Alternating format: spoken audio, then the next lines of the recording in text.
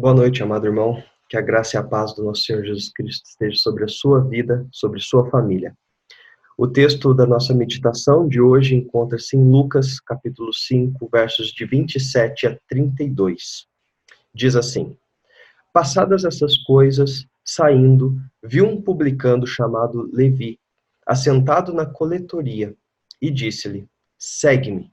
E ele se levantou e, deixando tudo, o seguiu. Então lhe ofereceu Levi um grande banquete em sua casa, e numerosos publicanos e outros estavam com eles à mesa. Os fariseus e seus escribas murmuravam contra os discípulos de Jesus, perguntando: Por que comeis e bebeis com os publicanos e pecadores? Respondeu-lhes Jesus: Os sãos não precisam de médico, e sim os doentes. Não vim chamar justos, e sim pecadores ao arrependimento. O tema da nossa meditação dessa noite é o chamado de Cristo. E há três implicações que eu gostaria de destacar com relação ao chamado de Cristo. A primeira implicação é que o chamado de Cristo é eficaz, pois tudo é deixado para trás. É muito interessante essa história. Jesus, após curar um paralítico e entrar no embate contra os fariseus sobre quem pode perdoar pecados, então, após essa história, Cristo vê Levi, ou Mateus, como você preferir. Ele estava sentado na coletoria porque ele era um publicano. Publicanos não eram bem vistos pela sociedade. Publicanos, eles eram cobradores de impostos. Aliás, eram homens do povo, mas que trabalhavam para o império. Por isso eles não eram bem vistos. Muitas vezes nas escrituras nós vemos os publicanos sempre relacionados aos pecadores, publicanos e pecadores, publicanos e pecadores. E então nós podemos ver a baixa estima desses homens. Eles não eram tão queridos. Eles eram muito criticados pelos fariseus. Os publicanos, eles cobravam altas taxas dos impostos que Roma exigia. E não só Roma. Nós podemos nos lembrar também de Herodes. Ele era um ambicioso, gostava de construir, e por isso também os impostos ficavam mais altos ainda. E por causa dessas condições, então, nós temos um vislumbre de como os publicanos eram tratados na sociedade. E Lucas conta que Levi estava sentado na coletoria, ou seja, o lugar onde ele cobrava esses impostos. Quando Jesus o viu, ele disse: Segue-me. Não há demora, não há resposta ou qualquer outra coisa a não ser uma única ação. O texto diz que ele se levantou e deixou tudo para trás e o seguiu. Uma ação que parece simples, porém traz grande implicação. Nós podemos lembrar de como Jesus chama os pescadores, aqueles 4 homens, Pedro, André, Tiago e João. O texto diz que, ao serem chamados por Jesus, eles deixam suas redes e seus barcos e o seguem. Semelhante a Mateus, mas veja, Mateus ele trabalhava para o império. Mateus tinha um emprego que ele não poderia retomar. Os pescadores poderiam voltar atrás. Mateus não. Ele deixa tudo e segue a Cristo. O chamado de Cristo ele não é como um convite, como, por exemplo, as programações da igreja ou uma festa de aniversário. Você decide se pode ou não pode, se vai ou não vai. Não é assim o chamado de Cristo. O chamado de Cristo se assemelha a uma convocação. Por isso nós dizemos que é um chamado eficaz. E esse chamado eficaz, ele traz consequências. Deus muda a disposição do nosso coração, do meu e do seu coração, e te faz atender ao chamado dele. Por isso, a resposta é uma só. Deixe tudo para trás e o siga. É claro que eu não estou dizendo para você abandonar sua família, seu emprego, sua faculdade e ir para um campo missionário e então servir a Cristo ali. Não é nada disso. Deixar tudo para trás e seguir a Cristo significa que no seu trabalho, na sua faculdade e na sua família, você irá viver para a glória de Deus. Você buscará a glória de Deus e não a sua glória. Levi deixou seu emprego e agora até mesmo seu sustento estava sendo confiado nas mãos do Salvador.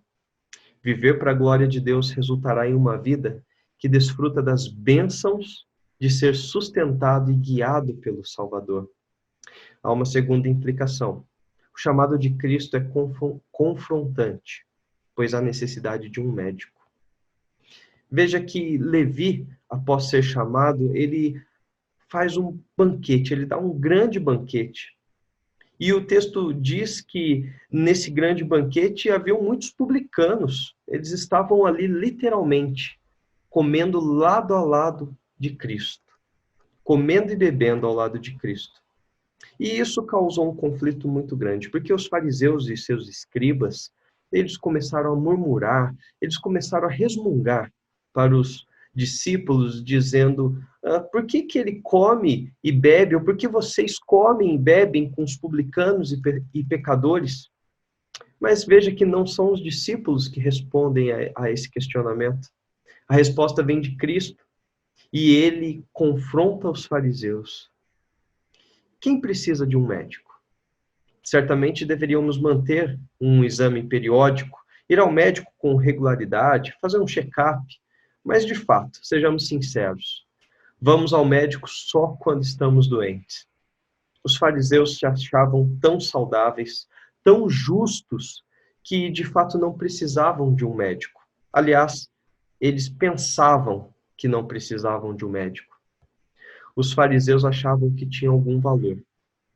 Nós, muitas vezes, nos comportamos como fariseus, achando que o fato de passar por certos problemas, por exemplo, que certos problemas que nos acometem são injustos, falamos para Deus: por que eu, Senhor? Por que comigo? Certa vez, o reverendo Davi Manso, em uma devocional, ele disse que nós deveríamos perguntar para Deus: por que isso está acontecendo comigo quando as coisas estão bem? Porque quando as coisas estão ruins, são consequência do pecado. Nós somos pecadores. Na verdade, nós esquecemos que somos pecadores. E esse é o grande problema. Muitas vezes agimos como os fariseus. Nos achamos tão justos que não poderíamos passar por problemas, que seria uma injustiça de Deus, que nós tenhamos problemas, enfrentemos problemas. Mas há uma segunda implicação do chamado de Cristo. O chamado de Cristo, ele também é transformador, pois os pecadores se arrependem. Cristo responde aos fariseus mostrando qual é a razão pela qual ele veio. E a razão é não chamar justos, mas chamar pecadores ao arrependimento.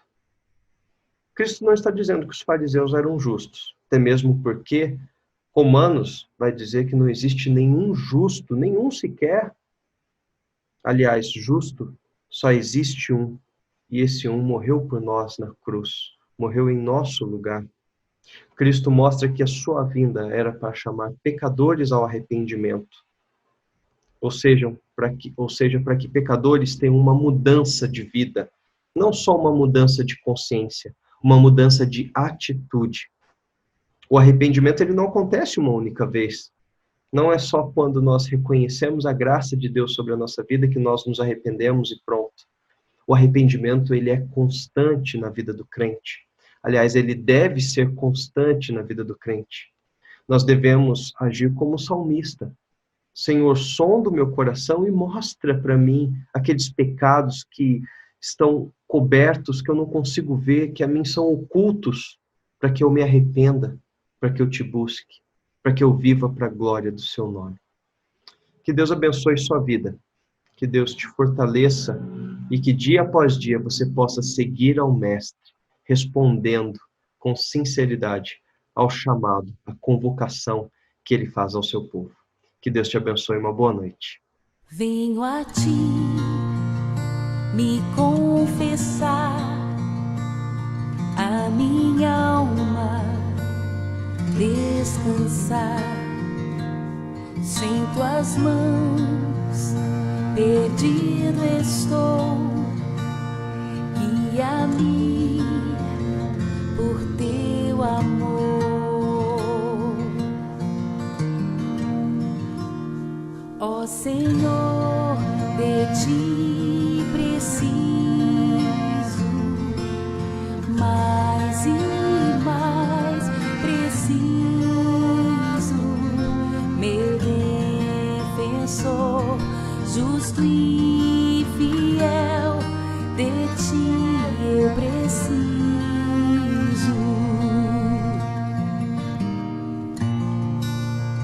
Se estou perdido, encontro a graça, e onde a graça tu estás. Se estás aqui, a liberdade, tua vida em mim é santidade.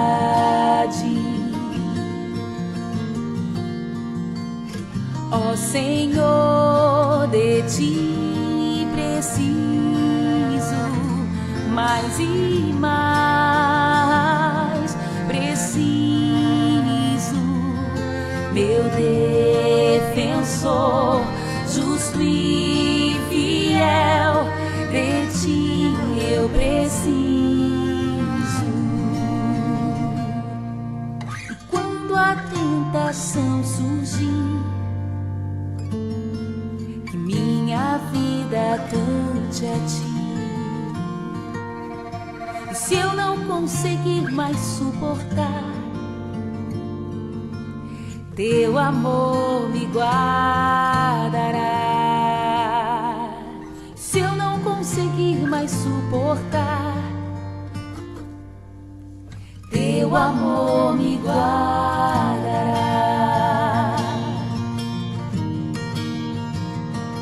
Ó Senhor, de ti preciso,